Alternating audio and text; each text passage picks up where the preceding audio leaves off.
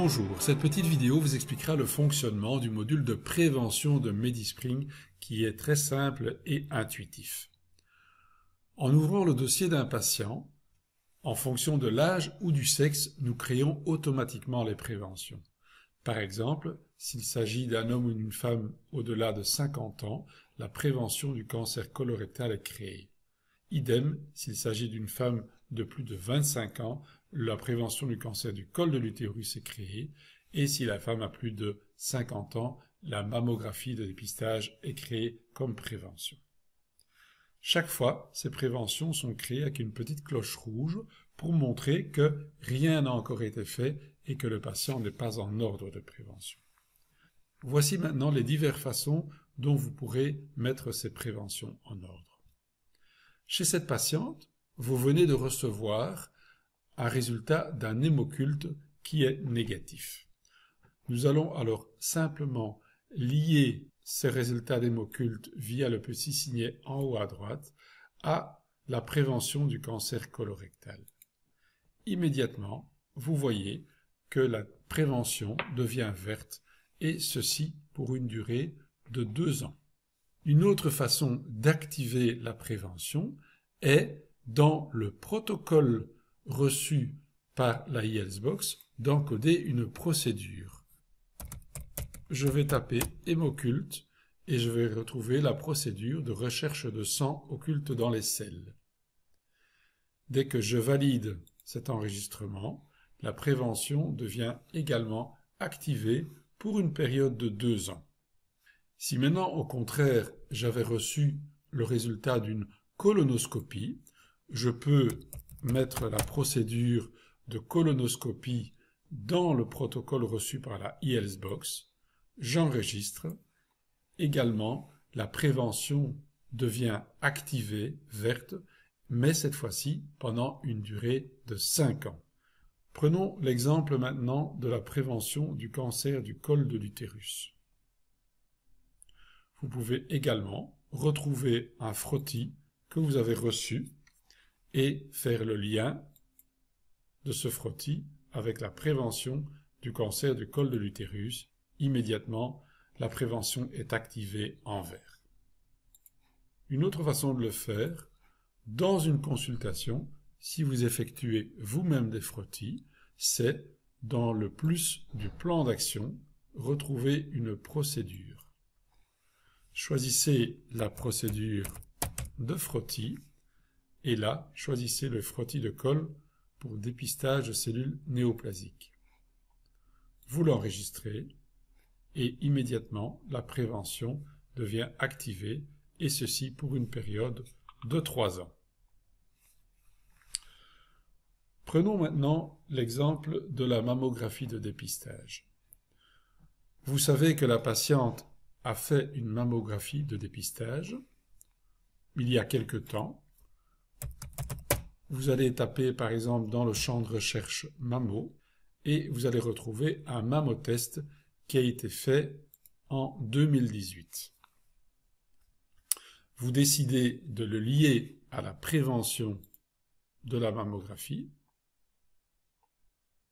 Immédiatement, cette prévention est créée, mais vous remarquez que la prévention n'est pas verte, mais orange. C'est-à-dire que la prévention a bien été faite une fois, mais que le délai est dépassé. Le délai de 2 ans est dépassé. Idem pour les autres préventions. Quand vous réouvrirez le dossier du patient une fois que la date de la prévention sera dépassée, par exemple dans 3 ans pour le frottis de col, cette prévention sera notée avec un petit signe orange, comme quoi elle doit être refaite. Vous pourrez également, si vous voulez, dans le menu, créer une nouvelle tâche de prévention. La tâche de mammographie est indiquée. Vous indiquez par exemple que vous devez recontacter la patiente dans 1 mois et vous l'enregistrez. Vous allez créer la tâche de prévention et le dépistage de la mammographie devient vert également puisque vous avez pris cette prévention en charge. Quelque temps plus tard, la patiente décide de refuser toute prévention du cancer du côlon par exemple. Dans ce cas-ci, dans le menu, vous choisissez « Refuser par le patient ». Et la tâche se notera clairement avec une barre noire.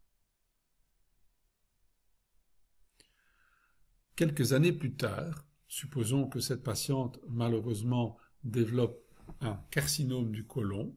Lorsque vous allez encoder dans ses problèmes de santé un carcinome du côlon, automatiquement la prévention du cancer du colorectal sera marquée comme non indiquée. Cette action sera automatique pour tout encodage de problèmes de santé, d'antécédents médicaux ou d'antécédents chirurgicaux dans les prochaines mises à jour. Lorsque vous ouvrirez le dossier d'un patient de plus de 65 ans qui n'a jamais eu de vaccination contre la grippe, la prévention sera indiquée comme rouge. À ce moment-là, dans une consultation, vous faites une vaccination et dès que cette vaccination a été effectuée, la prévention de vaccination de la grippe saisonnière est notée en vert pendant une période de 8 mois.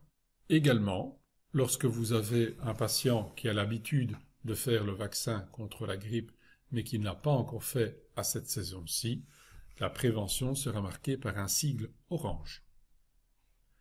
Et si un jour le patient décide de refuser la vaccination contre la grippe, vous choisissez « Refuser », elle sera clairement indiquée et vous ne devrez pas systématiquement reposer la question au patient s'il a marqué son désaccord.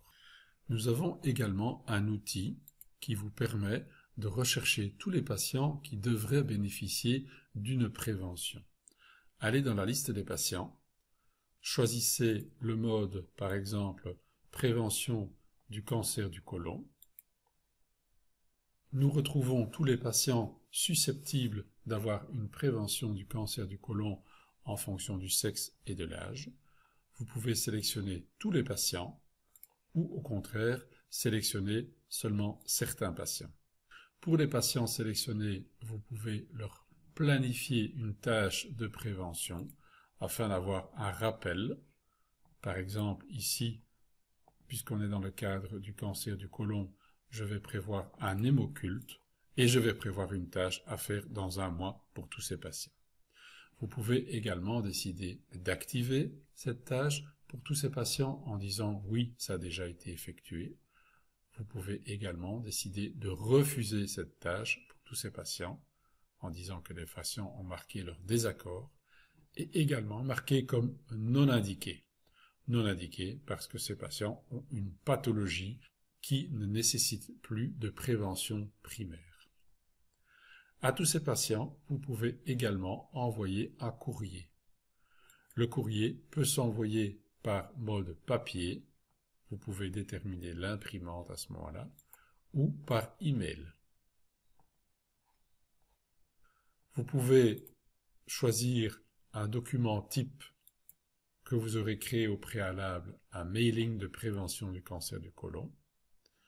Le nom du patient s'affiche dans une fenêtre et votre document type s'affiche directement en proposant au patient de venir prendre rendez-vous chez vous pour faire un dépistage d'hémoculte. Vous retrouverez également les patients qui n'ont pas des adresses en ordre. Vous pouvez exporter cette liste afin de les mettre en ordre par la suite. Et ensuite, vous cliquez sur le bouton « Imprimer » et une page A4 sortira par patient avec sa demande de prise de rendez-vous que vous pourrez envoyer au patient. Vous pouvez également faire ce travail depuis la eHealthBox. Par exemple, en lisant votre courrier le matin, vous recevez pour une patiente un protocole de mammographie.